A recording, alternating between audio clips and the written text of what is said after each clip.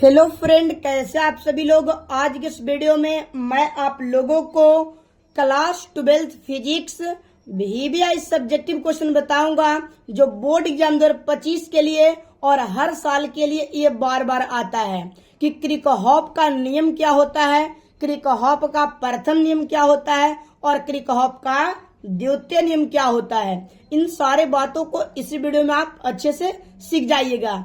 तो आइए क्लास को स्टार्ट कर लेते हैं। किरचॉफ का नियम किसी जटिल विद्युत परिपथ में प्रवाहित धारा एवं विभवांतर का वितरण एवं उनके बीच का संबंध को सर्वप्रथम किरचॉफ ने अपने प्रायोगिक सिद्धांत के आधार पर किया, जिसे किरचॉफ के नियम कहते हैं। किरचॉफ का नियम कहते हैं कि हम धारा और दो बिंदुओं के बीच के विभवांतर के बारे में सबसे पहले किरचॉफ वैज्ञानिक ने बताया, इसलिए इसे किरचॉफ का नियम कहते हैं। आइए हम लोग सीखते हैं किरचॉफ का प्रथम नियम क्या होता है। जो किरचॉफ का प्रथम नियम क्या है, तो धारावाही चालक के किसी जाल में किसी बिंदु पर मिलाने वाली सभी विद्युत धाराओं का योग हमेशा शून्य होता है। इसे किरचॉफ का प्रथम नियम कहते हैं। किरचॉफ के प्रथम नियम कहने का मतलब होता है कि जब भी धारावाही चालक से अगर लाइन आर पार हो रहा है, धारा लगातार निकल रहा है, तो उन सारे विद्युत धाराओं का मान हमेशा शून्य होगा। इसी को किरचॉफ का प्रथम नियम कहते हैं। आइए हम आप लोगों को पिक्चर से समझाते हैं कि किरचॉफ का प्रथम नियम क्या होता है।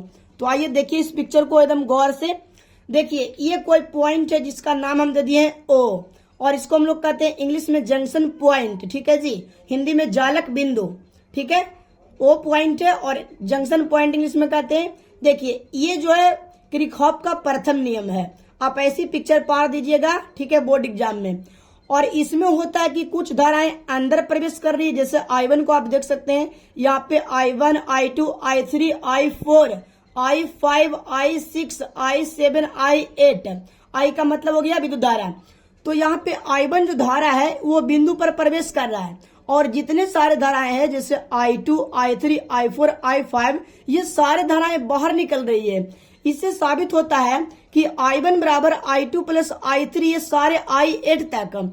और हम इन सारों को देखिए I1 देने लाएंगे, ये सारों को यानी बराबर के चिन्ह की इप पट्टी लगाएं तो सारा की सारा क्या हो जाएगा जी, माइनस में हो जाएगा, और इसका योग क्या हो जाएगा, शून्य हो जाएगा। एकदम बेसिकली आप यही लिखिएगा, एकदम आपको 5 नंबर पक्का मिल जाएगा। तो आपको समझने में कोई दिक्कत नहीं कि I1 बराबर यहाँ से I2 से लेकर I8 तक यहाँ पे सारे पॉजिटिव हो गया, माने एक धारा प्रवेश करती है तो और सारी धाराएं जो है बाहर निकलती है। यहाँ पे सारी धाराओं को I1 देने लाएंगे तो प्लस हो जाएगा माइनस में, अब बराबर में बच जाएगा 0।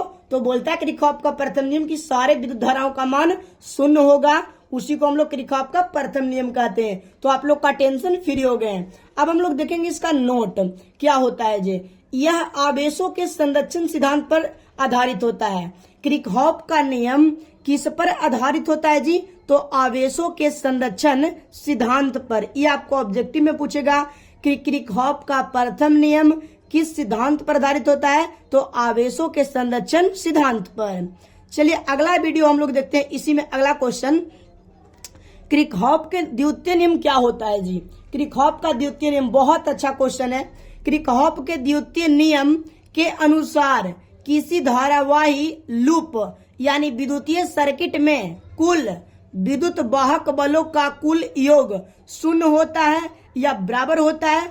इस सिद्धांत को किरचॉफ का द्वितीय नियम कहते हैं। सेम उसी तरीके से हम लोग का ये भी है कि किरचॉफ के द्वितीय नियम के अनुसार किसी धारावाही लूप यानी गोल घेरा होता है। धारावाही लूप करने का मतलब आप वृत्त का फिगर देखे ही होंगे, और विद्युतीय सर्किट में कुल विद्युत वाहक बलों का कुल योग शून्य होता है। इस सिद्धांत को किरचॉफ का द्वितीय नियम कहते हैं। और किरचॉफ का द्वितीय नियम जो होता है यह ऊर्जा संरक्षण नियम का पालन करता है। किरचॉफ का द्वितीय नियम ऊर्जा संरक्षण के नियम को पालन करता है। तो मुझे आशा है कि आप लोग को वीडियो बहुत अच्छा लगा होगा। चैनल पर पहली बार आए तो चैनल को सब्सक्राइब कर दीजिएगा और वीडियो को अधिक से अधिक शेयर कर दीजिएगा। आप लोग से मिलते हैं नेक्स्ट वीडियो के साथ।